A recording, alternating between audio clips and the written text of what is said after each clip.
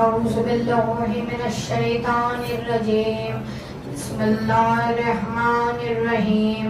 اللهم كل وليك الحجة ابن الحسن صلواتك عليه وعلى آبائه في هذه الساعة وفي كل ساعة وليا وحافظا وقائدا وناصرا ودليلا وعينا حتى تسكنه أرضك توا وتمتعه فيها طويلا.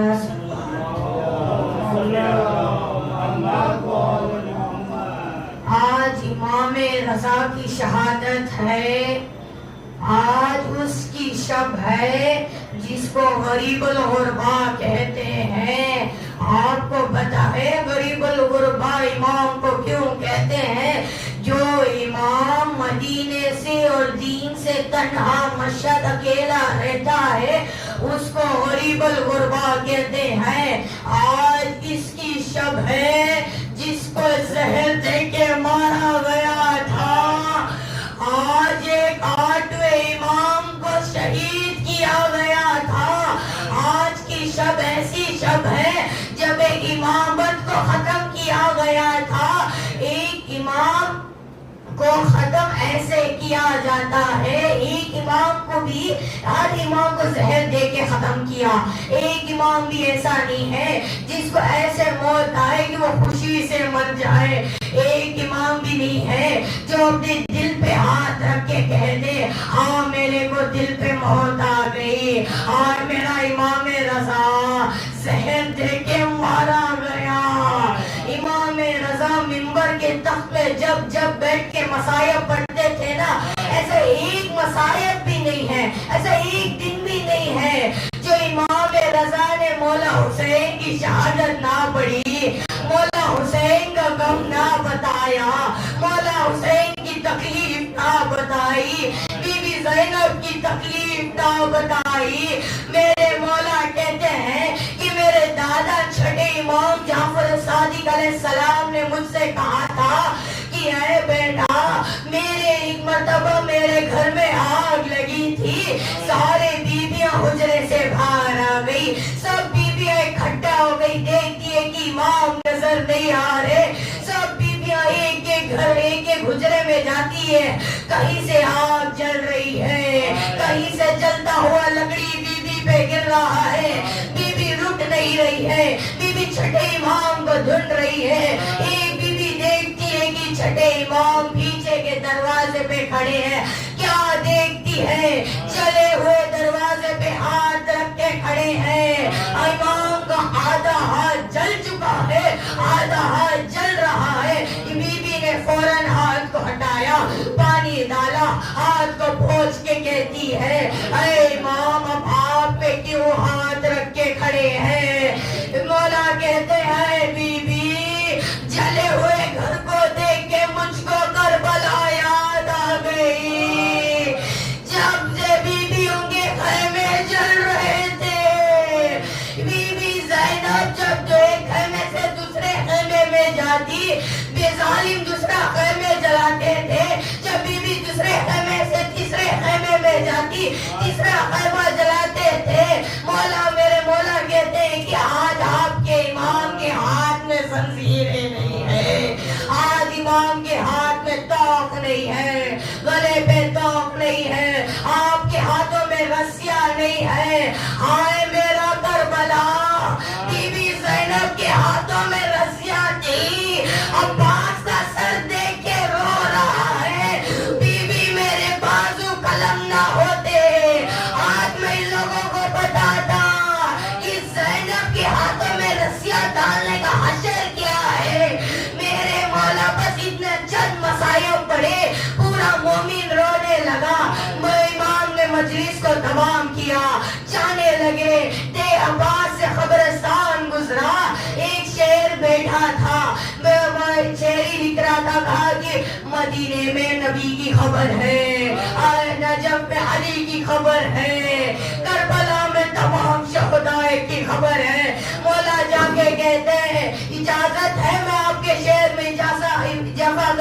وہ کہتا ہے کہ ہاں مولا آپ امام ہیں، آپ کے پاس اجازت ہے۔ مولا کہتے ہیں کہ وہ خبر بیتو سے واللہ من مصیبہ، ایک خبر تو اس میں ہے جو بڑے مصائب کے ساتھ ہے، میرا روزہ ہوگا۔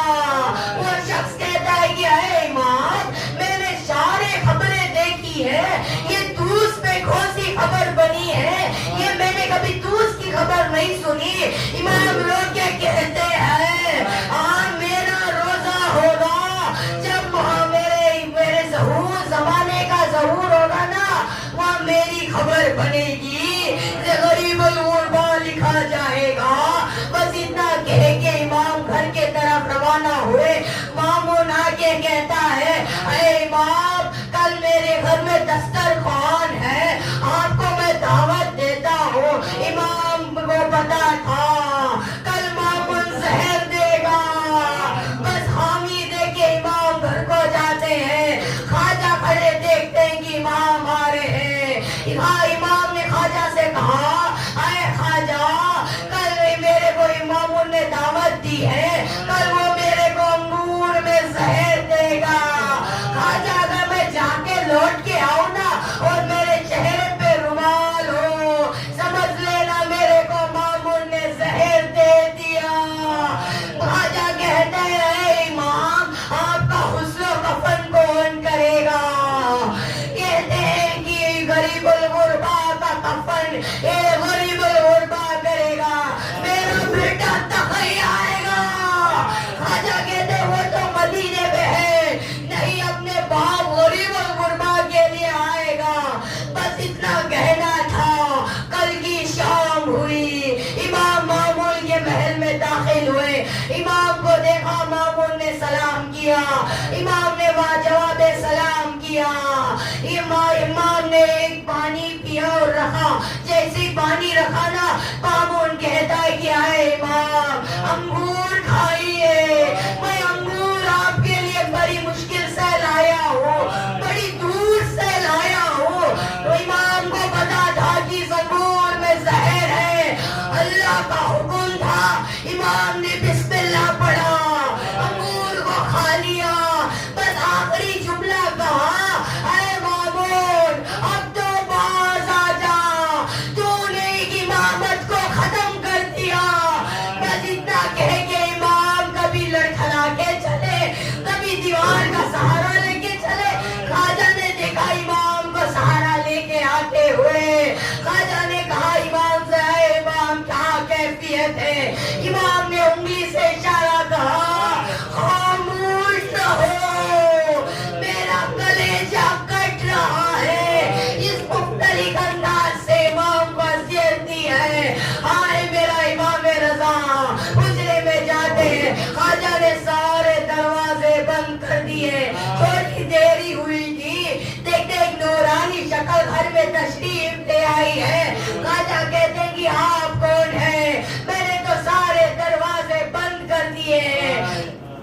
میں امام کہتے کہ میں اس غریب الغربا کا بیٹا ہوں، میں محمد تقی ہوں، میں اپنے بابا کو آخری وقت میں ملنے آیا ہوں۔ خواجہ کہتے ہیں آپ کے بابا اس حجرے میں ہے، بڑی تکلیف میں ہے۔ امام جاتے ہیں، حجرے کو کھولا، بابا کو دیکھا، بابا بستر میں کروٹیں لے رہے ہیں، خون کی الٹیاں کر رہے ہیں۔ بابا کو سانے پہ رکھا، کہا اے بابا میں اپنی بہنوں کو بتا کے آیا ہوں، بابے کی آخری رات ہے۔ ہر پردیس میں مرنے والے بابا کو اپنی بیٹی ضرور یاد آتی ہے، کہیں کہ باپ کا آخری وقت ہے، بیٹی ساتھ نہ ہو، باپ کے کلیجے پہ کیا گزرتی ہے مومنوں۔ بس امام نے چند وصیتیں کی، کہا کہ اے تقی میرا جنازہ جب اٹھاؤ نا شان و شوکت سے نہ اٹھانا، جب میرا جنازہ رکھو نا شان و شوکت سے نہ رکھنا۔ امام پوچھ رہا ہے بابا ایسا کیوں ہے؟ امام نے رو کر کہا اے تقی میرے جد حسین